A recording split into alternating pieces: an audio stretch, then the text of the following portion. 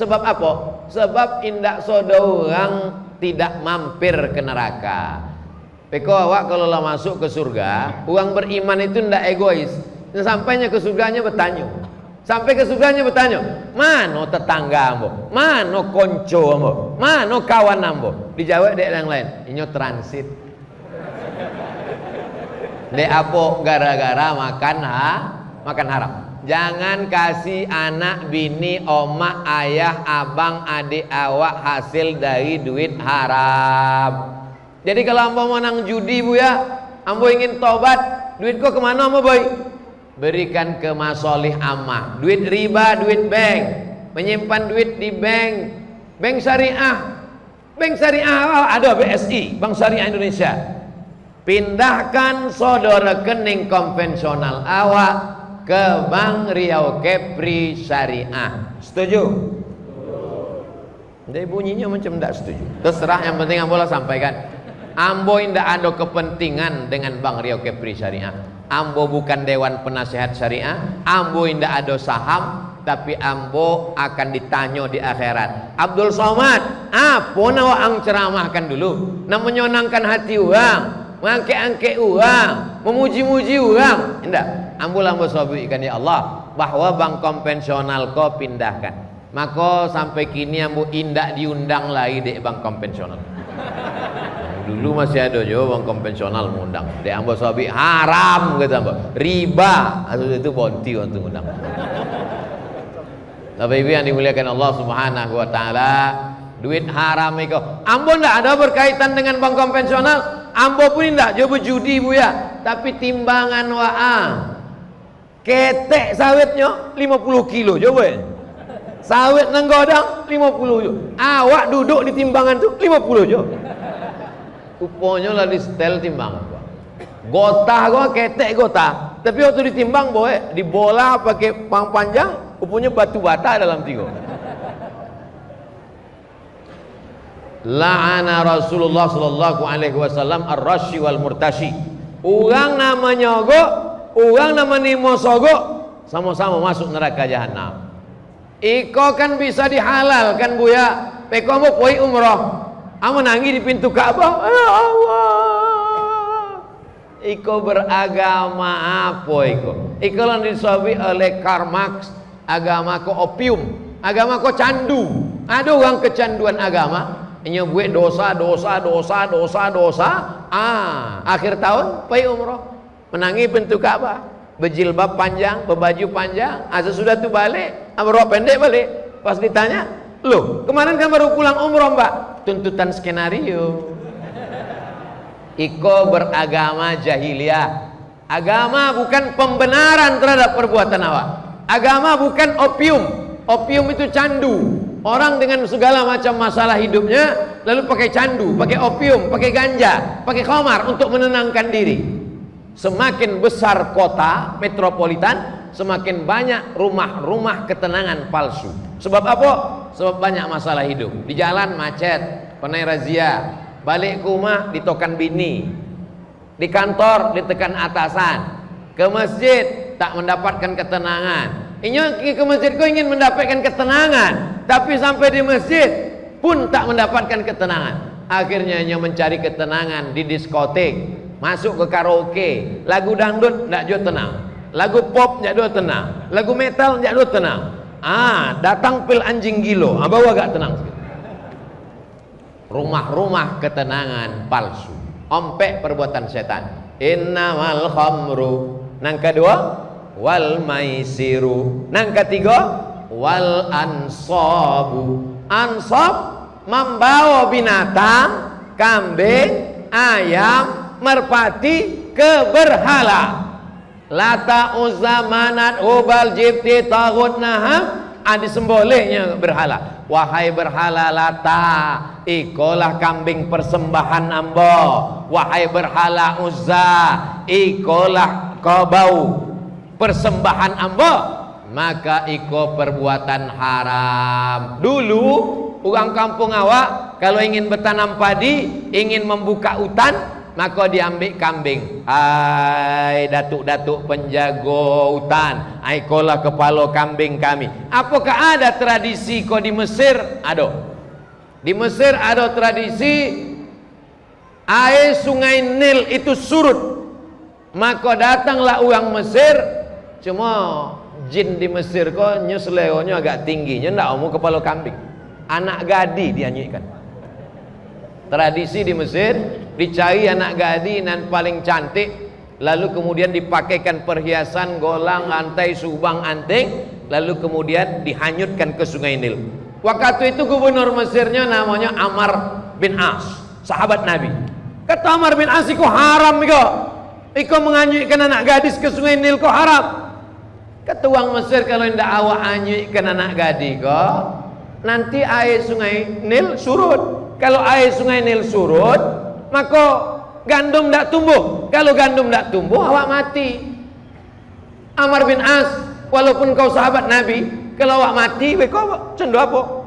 Amr bin As mengirim surat kepada Amirul Mukminin Umar bin Khattab. Umar bin Khattab, ikut ada tradisi di Mesir menganyutkan anak gadis ke sungai Nil. Tolong dulu.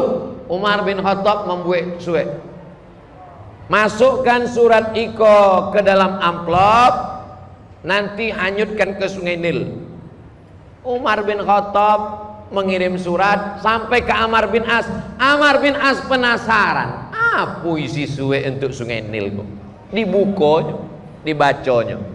Min Abdillah, dari hamba Allah. Tidak ada disebutnya dari khalifah, dari amir, tidak. Dari hamba Allah Umar bin Khattab kepada sungai Nil. In kunta tajri min qibalillah fajri.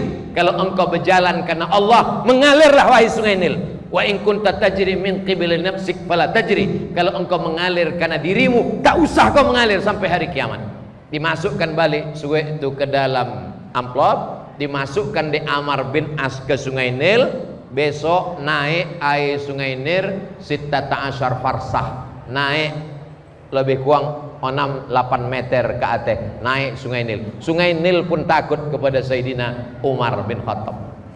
Jadi ketompe awak, kalau ada orang masih menyembelih binatang untuk sungai, menyembelih binatang untuk laut, untuk gunung, maka sesungguhnya itu perbuatan setan. Ditompe awak apa namanya kok? Sajen. Ikut ceramah hamba gua akan diserang oleh pencinta sajen. Lah biasa, hamba gua diajak dicaci maki gua lah sarapan. Jadi kalau ndak diajak uang kadang tercai-cai juga. Kenapa ndak ada uang gua ini? Menyembah setan, menyembah hantu. Hebatnya negeri awak. Zaman dulu nenek moyang awak memasukkan kepala kobau, kepala kambing ke dalam lubang tanah. Datang ulama bertanya ke masyarakat, apa kok iko kepala kambing sebab awak nak membuka sawah, nak membuka hutan. Kepala kambingnya jangan dimasukkan, jadi darahnya saja. Sebab awak ndak boleh makan darah. Akhirnya darah kambing kolah yang masuk ke dalam lubang. Kepala kambingnya kemana? Digulai, diboi ke buaya. Itulah asal muasal ditompe awak kalau kenduri kepala kambing untuk siapa? Untuk buaya. Maka dimakan dek buaya. Sesudah dimakan dek buaya kepala kambing, buaya pun berkunang-kunang. Mengamuk jin kau kata. Padahal dah tinggi tensi naik. Bukan jin mengamuk, jin lah makan darah. Darah itu haram, tidak boleh makan darah. Makanya kalau awak mencuci daging kambing, daging ayam, daging kerbau, mesti dicuci berkali-kali sampai bersih, disolawatkan supaya jangan sampai makan darah. Rumah potong diperiksa, ternyata binatangnya tidak disembelih. Apalagi mau hari raya, diambil selang, dihidupkan, disumbekkan selang masuk ke dalam. Akhirnya sapi, kerbau, lembu matinya karena tersedak. Mereka suka karena dagingnya berat. Kenapa dagingnya berat? Karena ada darah bercampur dengan air. Maka kalau awak memotong mesti habis bersih. Dulu ada penyakit namanya medco. Med artinya gilo. ko sapi, medco sapi gilo. Di apa penyakit sapi gilo kok? Sebab bakteri sapi kok dalam darah. Orang kok darahnya ndak kolu. Jadi sapi kok ndak dipotong, sapi kok disetrum. Sapi kok ditembak otaknya, skalanya di atas 7-8. Ada namanya tulisannya stunning, namanya stunning, ditembak. Stunning hanya boleh di bawah 7. Kalau di bawah 7 itu sapi yang liar itu, sapi Australia yang hidup di lap padang rumput, nya ndak ditambah, tapi setelah ditembak, tapi skalanya di bawah 7, nya bodoh. Maka laki bu kalau ada liar, tembaklah stunning skala 7. Nya ndak sampai mati. Tapi kalau sampai skala 10 dua boleh, ditembak, ditumbang langsung mati. Sebab otak kecilnya, otaknya kena, habis. Darahnya tak keluar. Setelah darahnya tak keluar, dipotong, tak dicuci. Masuk ke kulkas, keras, masuk ke atas bara api, bolak-balik, masuk ke roti dimakan, barbecue. Tapi kalau dilaksanakan dengan cara Islam, dipotong, darahnya keluar, dicuci, dibasuh, apalagi kalau tempe awak pakai limau, mati, dimasak 100 derajat Celcius, maka insya Allah sehat wal afiat. Maka solusi tidak ada lain, tidak ada bukan adalah ajaran Islam. Innamal khamru wal maisiru wal ansabu. Yang terakhir nan kompe wal azlam. Azlam iko anak panah. Anak panah dimasukkan ke dalam tabung, diguncang. Bapak ingin buka bisnis esok pagi, bisnis jadi apa indah, diguncang 3 anak panah masuk ke dalam tabung, diguncang. Sudah diguncang, baru ditengok kotehnya, buka, mulai bisnis. Mulai, tidak, jangan mulai, Anda kosong, jangan mulai, Anda belum beruntung. Dulu namanya forecast. Enggak podcast itu pak. Podcast gue orang bercita-cita. Forecast. Mengundi nasib. Percaya kepada dukun. Bertanya kepada peramal. Man atakahinan, siapa yang datang ke dukun. Fasaddaqahu bima yaqul, percaya kepada cakap dukun. Falam tuqbal lahu salatun arba'ina yauman. Ndak ditimo sembayangnya 40 hari 40 malam.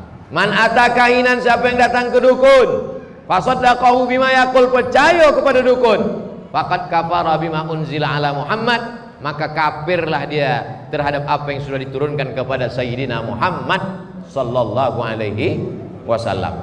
Alhamdulillah, ambo yakin dan percaya awak jamaah masjid apa awak?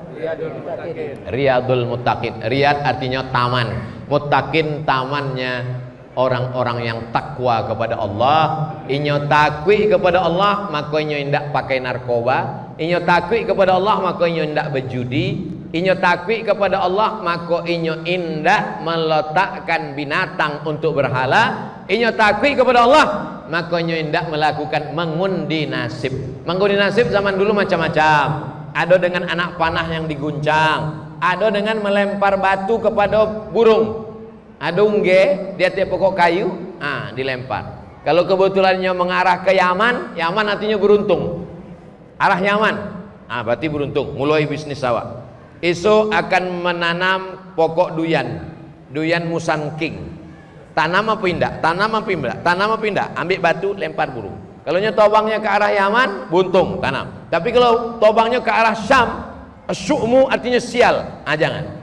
Uang Islam tidak ada percaya kepada ungge, tidak ada percaya kepada anak panah. Awak asal sudah usaha, ikhtiar, doa, bismillahi tawakkaltu 'alallah, la haula.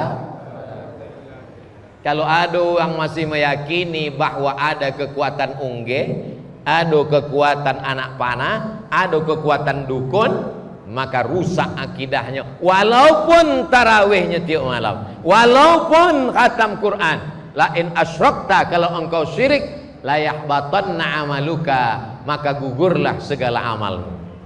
Ya ayyuhalladzina amanu, wahai orang beriman, innamal khamru khamar, wal maisir judi, wal ansab menyembelih binatang untuk berhala, wal azlam mengundi nasib dengan anak panah, rijsun najis, min amali syaitan perbuatan setan. Itulah maka judul pengajian awak malam iko, ang awak kaji adalah perbuatan setan. Bukan kata ambo. Iko namanya habiknya perbuatan setan ke Allah dalam Al-Quran surat Al-Ma'idah ayat 90, rijsun najis min amali syaitan perbuatan setan fajtanibu jauhi. Kalau awak jauhi, ujung ayat ditutup, la'allakum tuflihun, maka kamu pasti. La'alla di situ bukan mudah-mudahan. Kalau mudah-mudahan itu bisa iya bisa indah. La'allakum tattaqun, mudah-mudahan kamu bertakwa. Pasti kamu bertakwa. Kalau kamu puasa dengan benar, la'allakum tattaqun, kamu pasti. Kalau kamu jauhi khamar, narkoba, sabu, ganja, opium, kalau kamu jauhi judi, kalau kamu jauhi menyembelih binatang untuk berhala, kalau kamu jauhi mengundi nasib, maka kamu la'allakum tuflihun, pasti akan menang. Percaya ndak awak pada janji Allah? Innaka la tukhliful mi'ad. Beko kalau ada orang nak bertanya, siapa nan tausiah di Masjid Riyadul Muttaqin tadi? Ustaz Somad. Apa isinya? Entah, ndak ingat amunya bongi tadi nampaknya. Bukan bongi, memang stylenya lah bentuk itu. Ambolah mencuba supaya ceramah kau slow. Apa cuba? Jamaah sekalian, marilah kita bertakwa kepada Allah. Tak bisa telolok jamaah dulu. Tadi tarawih awak dari jam 8 ke jam 9. Tausiahnya dari jam 9 ke jam 10. Jadi bayangan ambo dek laponek kau jamaah mungkin setengah jam ambo ceramah kau jamaah kau lah menunduk. Punya jamaahnya tahan. Tarawih 23 rakaat kue, mendangau tausiah 1 jam, ustadznya suaranya tinggi kue, ustadznya pula ndak tahan. Masya Allah, tabarakallah. Masjid awak lah cantik, jamaahnya ramai, mudah-mudahan awak istiqomah sampai hari kiamat insyaallah. Ndak ada kekurangan masjid kau, kalau awak cari-cari kurangnya ndak ada. Cuma lobihnya banyak, lobih angin aja. Kipasnya lah banyak. AC-nya lho. AC kini ada AC, itu AC sebenarnya. Jendela nanti buka kok AC, nama AC, namanya angin copek. Lah sampai jam 10 awak jawab pertanyaan-pertanyaan yang masuk. Yang pertama, assalamualaikum. Tulisan assalamualaikum itu ada alif lamnya. Assalamualaikum. Kalau ndak ada alif lamnya, assalamun alaikum, itu pertanyaan, apakah kamu selamat? Itu artinya apakah? Salamun selamat, alaikum kamu. Assalamualaikum, apakah waang selamat? Tentu awak jawab iyo. Saya sebab kalau ambo diam disangko beko koteko tinggal. Anak-anak awak menengok, oh kalau itu kok betul kok, mesti diluikan. Dan ndak lo ambo sabik namanya siapa kan? Ndak, awak dan awak ndak lo mencari-cari tulisan siapa. Ustaz, tolong jolehkan tanda-tanda malam Lailatul Qadar. Yang pertama, tanda malam Lailatul Qadar itu adalah sakinah, tenang. Tenang hati awak. Tapi masalah tenang kok kan masalah rasa. Jadi ambo waktu mengajau di UIN, sampai di UIN jam 7 pagi. Majau jam 8, tercopek ambo hari itu. Jadi ada satu pegawai membawa ambo, Ustaz Somad, yo, ada nana ambo ingin bertanya ke Buya, kebetulan niko Buya datang. Apa nak bertanya di masjid? Ambo sogan sebab banyak orang gini awak berdua. Apa namanya Bu? Ambo Ustaz, Buya, kalau mendongau lagu dangdut kok tenang hati ambo. Jadi tenang iko pun rupanya ndak bisa awak sabi. Siapa yang hatinya tenang? Ndak bisa. Jadi tenangnya tuh mesti tenang karena Allah. Kalau awak merasa tenang, maka itu salah satu tanda. Yang kedua, waktu matahari terbit pagi itu inyo agak redup. Sebab apa? Salamun hiya hatta matla'il fajr. Salamun, selamat malam itu sampai terbit fajar. Kemudian terbit fajar itu itulah azan subuh. Waktu selesai azan subuh, malaikat yang turun malam itu naik ke atas.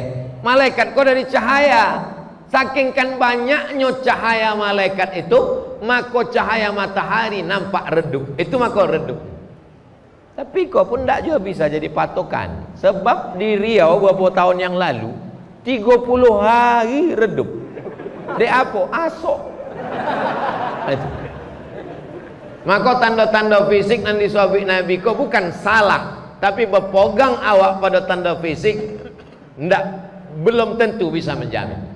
Jadi sebenarnya Lailatul Qadar iko, coba buka tafsir Ibnu Katsir dalam pembahasan surat Inna Anzalnahu fi Lailatul Qadar. Ditutup Imam Ibnu Katsir di situ.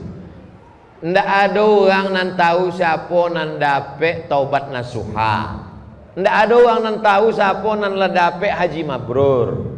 Ndak ada orang nan tahu siapa nan la dapat salat wusta. Ndak ada orang nan tahu secara pasti siapa dapat Lailatul Qadar. De apa Allah indak memboi tahu? Supaya awak senantiasa berharap. Andailah tahun potang ada orang di masjid awak kolan nadape, ambo yakin malam kau ndak datang leh. Assalamualaikum Pak Haji. Yo, Pak Haji ndak ke masjid? Ambo lah dape Lailatul Qadar lah. Jadi ambo tiap tahun, awak sodonya tiap tahun senantiasa berharap. Tapi ada tandonan pasti. Apa itu tanda pasti? Ada perubahan. Sebelum Ramadan Lailatul Qadar apa kau membongi, lambek kopi mengamuk, lambek makan mengamuk. Sesudah Lailatul Qadar kau slow. Laki yang bobu ya sesudah puasa kau slow. Slow dia apa? Stroke. Mohon maaf ya stroke-nya. Ada perubahan. Iko uangnya bu ya, sawitnya lawe, pitinya banyak, tapi bakhilnya minta ampun. Sesudah Ramadan murah bukan main. Dulu kalau lewat kotak 2.000, tapi sesudah Ramadan kok 2.500. Itu dapat jo. Cuma Lailatul Qadarnya mungkin percikan-percikannya aja. Mudah-mudahan sesudah Ramadan kok ada perubahan dalam diri awak. Itu salah satu. Apa hukum membawa anak ketek ke masjid? Kok nampaknya menyindir ambo kok? Ambo membawa anak ketek malam kok? Waktu Nabi sujudnya lamo sujudnya. Sahabat di belakang menyangkola turun wahyu. Ternyata apa yang terjadi? Cucunya naik ke tongku. Pertanyaannya, apakah Nabi melarang membawa anak ketek? Tidak. Nabi waktu itu khutbah. Nabi khutbah, tiba-tiba turunnya dari mimbar. Rupanya iko mimbar Nabi, iko Masjid Nabawi, sebelah kanan kamar Nabi, di belakang kamar Nabi itu rumah kamar Fatimah, Sayyidatuna Fatimah. Sayyidina Hasan sama Sayyidina Husain sedang bobik kain. Turun Nabi, lalu kemudian dilerainya cucunya kok, naiknya balik ke atas mimbar, dibacakannya ayat, innama amwalukum wa auladukum fitnah. Memanglah cucu-cucu kok ujian gitu. Selama masih ada anak ketek di masjid, menangi, melumpek, bekajau, maka 20 tahun akan datang masjid Riyadul Muttaqin masih ada orang sembahyang. Tapi kalau di masjid awak lah ndak ada lah anak ketek. Sodonya orang-orang tua yang lah diintai-intai malaikat maut. Alamat masjid awak kok. Tapi membawa anak ketek tetap ada dalam kurung syarat dan ketentuan berlaku. Yang pertama, anak ketek jangan diletak di sop, sebab anak ketek memutui sop. Maka kata Syekh Atiyah Sokor, dibuatkan anak ketek di sop belakang khusus. Tapi anak ambo indah buya. Anak nan memutus sop iko dua sebabnya. Nampak tamo ujung senapan angin alun dipotong. Di balik kulit hasyafah ko ada najis. Maka anak ambo umur 8 hari, lahirnya Jumat muko disunat sama wa'atan. Wa'atan ko membuat program namanya Sunatron. Dan dipraktekkan anak ambo langsung. Bintang iklannya ambo. Anda dimanapun berada, pakailah Sunatron. Sunat pagi, sore, bisa akad. Tidak perlu pakai sarung, langsung pakai celana. Nah, jadi dipakai Sunatron kok. Kami Yayasan Tabung Wakaf Umat membuat khitan gratis tiap bulan 1 orang. Segera daftarkan anak dan suami Anda. Laki nang gatal-gatal, sunat sekali lagi. Jadi kalau anak ketek kolom bersunat, dikhawatirkan ada najis nanti sangkui di situ, makanya memutus sop. Yang kedua, kalau wuduknya tak betul. Kau banyak anak-anak ketek, kau anak MDA mau tengok dibukanya keran, ambil. Disipak-sipaknya aja. Kau wuduknya tak betul. Tapi kalau anak kau lah bersunat, lalu kemudian sudah betul wuduknya, makanya indah memutus sop. Tapi kan awak tidak mungkin tahu anak kau lah bersunat apa indah. Apalagi di tempat awak tidak sama bentuk di Jawa. Di Jawa anak ketek bersunat, tempat awak biasanya libur SD baru bersunat. Libur SMP sebagian, waktu larinya SD, SMP baru bersunat. Dan tidak mungkin ada lo panitia cik suang jaga pintu menengok lah putu ya polon, tidak mungkin. Jadi oleh sebab itu anak-anak ketek dibuatkan satu sop di belakang. Tapi mesti ada seorang nan mau megang. Di Masjid Agung An-Nur dulu, ambil lama ndak ke An-Nur. Dulu di An-Nur itu ada seorang pakai baju hijau, ditugaskan oleh pengurus membawa rotan, khusus mengawas anakku supaya ndak ibi. Dipukulnya lantai. Diam, katanya. Ambo datang, Ustaz, katanya. Katanya, wani wa mukulan, enggak lantai aja ya. Jadi eko bagus. Di Islamic Center Pasir Pangarayan pun contoh itu juga.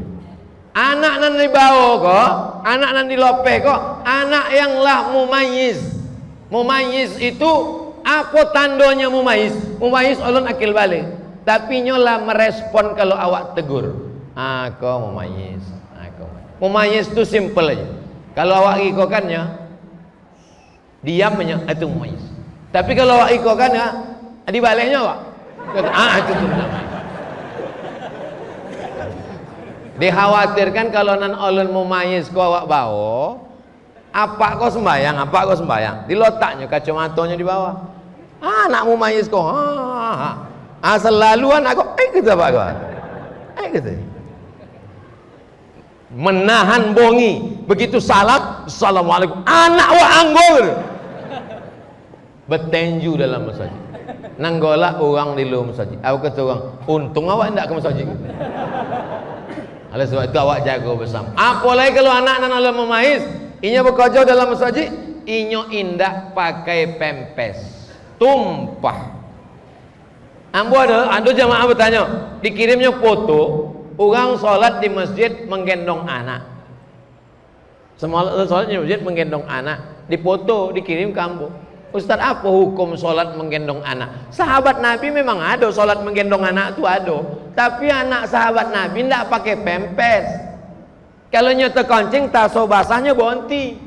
Anak awak 3 kali koncing, awak sembahyang bawa najis. Kini bukan anak-anak bawa pempes, awak pun pakai pempes. Jadi silakan bawa anak ke masjid, tapi dengan syarat dan ketentuan berlaku.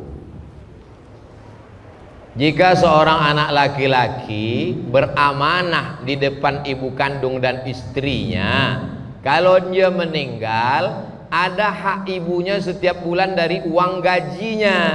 Akan tetapi si istri tak menjalankan amanah tersebut. Bagaimana hukumnya Pak Ustadz? Gaji yang tetap mengalir sesudah mati itu masuk warisan. maka warisan pembagiannya bukan lagi urusan awak, tapi sudah diurus oleh hukum Allah, namanya faraid, namanya mawaris. Iko kok bisa bini pulau berkuasa? Bini ko mendapat 1/8. Kalau sebulannya dapat 10 juta, bini mendapat 1/8 kalau ada anak. Kalau tidak ada anaknya dapat 1/4. Jadi kalau 10 juta, inyo cuma dapat 2,5 juta. Jadi sudah ada pembagiannya. Ibu pembagiannya ada masuknya sudus 1/6, ada masuknya sulus 1/3. Ada anak laki-laki apa indak? Maka perlulah awak membuat pengajian fikih mawaris atau faraid. Dari pertanyaan niko kelihatannya harta iko diwarisi oleh istri, tidak menunaikan wasiat. Maka kalau kita berwasiat, tinggalkanlah wasiat. Kalau ambo mati, bagilah harta warisan iko menurut ilmu faraid. Kadang orang iko salat ambo ikut aturan Allah, puasa ambo ikut aturan Allah, haji ambo ikut aturan Allah, tapi harta ambo lebih tahu daripada Allah. Masalah orang iko. Islamnya indak kafah. Udkhulu fis silmi kafah. Sodonya mesti ikut aturan Allah Subhanahu wa taala. Dalam penyelenggaraan jenazah sering terjadi perdebatan antara saudara kandung. Ketika jenazah dimasukkan ke liang lahat, ada pendapat kain kapan dilepas ikatannya. Dari pendapat keluarga lain untuk tetap diikat. Mohon penjelasannya Pak Ustadz. Dibukakan mukonya, hidungnya ditempelkan ke tanah. Iko dinding. Makanya beko malam iko akan lolok nanti coba loloknya arah ke dinding untuk supaya awak geladi kotor di liang lahat. Itulah maka doanya untuk jenazah supaya inyo di dalam liang lahat sejauh mata memandang. Sebab kalau iko dinding hidung ko kan lokek di dinding liang lahat. Seikolah pandangan awak di liang lahat. Apalagi awak nam pesek-pesek ko. Kalau agak mancung agak jauh sih. Jadi contoh apa bisa mukonya terbuka kalau talinya indah awak buka? Kon tikek kok. Maka waktu buka itulah maka orang tua kata buka talinya itu buka supaya apa? Supaya bisa terbuka. Maka tali dibuka. Itu alasan yang pertama. Alasan yang kedua, jenazah itu waktu ditunjuk malaikat akan ditanya jenazah itu roh itu masuk. Roh itu tampaknya 3. Roh orang yang baik illiyin, roh orang yang tidak baik sijin. Tapi ada kalanya roh ditiupkan balik ke jasad untuk merasakan azab atau nikmat. Macam mananya merasakan nikmat kalau terikat? Itulah alasan orang namanya dibuka talinya. Itu hujahnya. Itu maka tompe awak disuruh buka dengan 2 alasan. Kami doakan Pak Ustadz sehat selalu, panjang umur, amin. Ada anak meminjam uang kepada orang tuanya. Bukan ada, banyak. Semasa orang tua masih hidup, anakku belum membayar. Setelah orang tuanya meninggal, bagaimana hukum uang pinjaman si anak? Uang pinjaman si anak itu adalah hutang. Pemiliknya adalah almarhum. Karena almarhum sudah meninggal, maka itu menjadi tirkah harta warisan. Bapaknya minjam 1 juta, maka balikkanlah 1 juta, anggap itu sebagai milik almarhum, baru dibagi menurut ilmu faraid. Walaupun inyo beko dapet juga sebagai anak laki-laki, inyo mendapet. Tapi setelah dibalikkan, iko piti 1 juta punya ayah ambo pinjam dulu. Sesudah balik barulah dibagi. Baru dibagi. Kenapa? Karena ini adalah hutang. Ayat yang paling panjang dalam Quran bukan ayat puasa. Ayat puasa ya ayyuhalladzina amanu kutiba alaikumusyamu kama kutiba alal ladzina min qablikum la'allakum tattaqun. Tapi ayat tentang hutang Al-Baqarah 282, satu halaman. Ya ayyuhalladzina amanu, wahai orang beriman, idza tadayantum bidainin, kalau kamu menjalin transaksi utang piutang, ila ajalin musamma, sampai batas waktu tertentu, faktubu, tulis. Wal yaktub bainakum katibun bil adli, hendaklah satu orang mau menjadi penulisnya dengan adil. Wala ya'ba katibun ayaktuba kama allamahullah, jangan dia enggan untuk menulis sebagaimana yang diajarkan Allah. Wastashhidu syahidaini min rijalikum, angkat 2 orang saksi.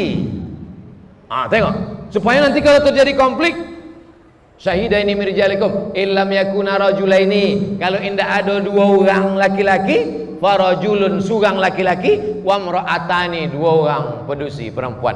Antadilla ihdahuma, kalau nan seorang kau lupa, fatuzakkiru ihdahumal ukhra, akan diingatkan yang seorang lagi. Kenapa ayat tentang utang kau begitu detail?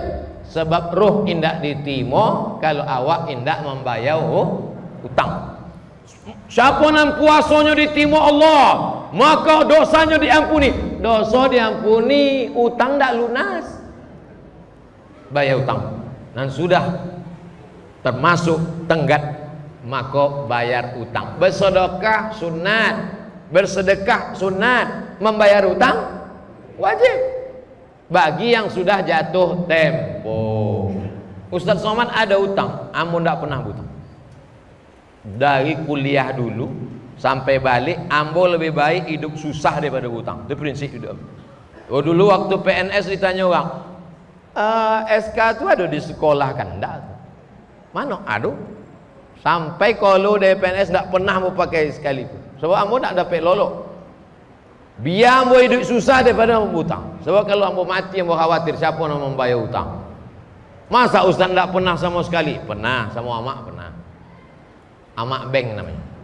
Pinjaman lunak tanpa bunga.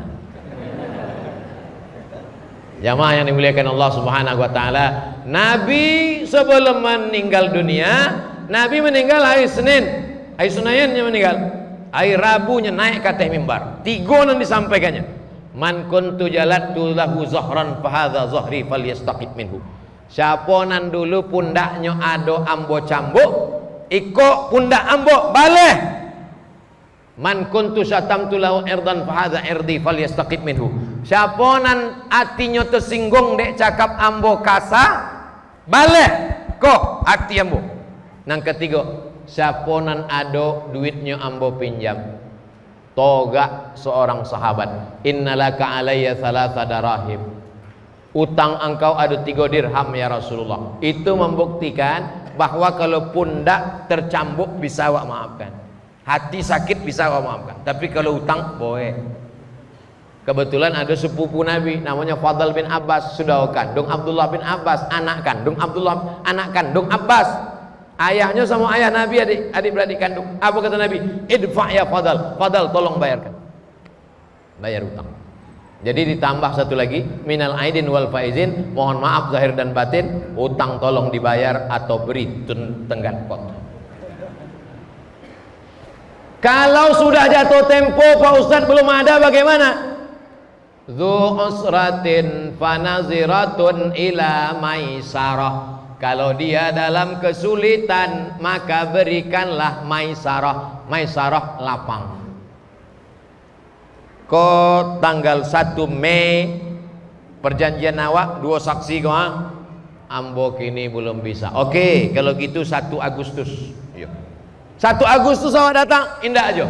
Setelah awak hitung-hitung, banyak lo habis minyak awak daripada piti yang kau ambil, maka pakai ayat nan ketiga, wa anta saddaku khairul lakum, sedekahkan lebih elok. Nampaknya daripada ambo datang bulak balik, jantung ambo naik, gula darah naik, ambo sedekahkan aja lo. Wa anta saddaku khairul lakum. Ayat iko dihafal orang nan memberi pinjaman, bukan orang nan pinjam. Kini banyak menghafal ayat iko orang nan meminjam. Waktu awak datang menagih, bila orang bayar? Wa anta saddaku khairul lakum. Ustaz kan ustaz, ikhlaskan aja loh ustaz gitu. Ambo bertamu ke rumah orang di Bandung. Ada orang di Bandung, tertulis di muka pintunya, memberi pinjaman menambah musuh. Foto ambo di muka tu, ambo upload ke Instagram. Di komen orang, betul. Memberi pinjaman menambah musuh. Tapi tidak sodorang, ada juga yang baik-baik. Tapi pengalaman memang itulah cerita.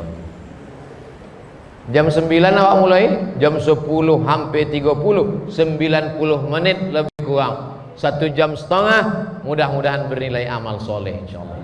Ala hazihi niyah wa kulli niyatin salihah. Al-Fatihah.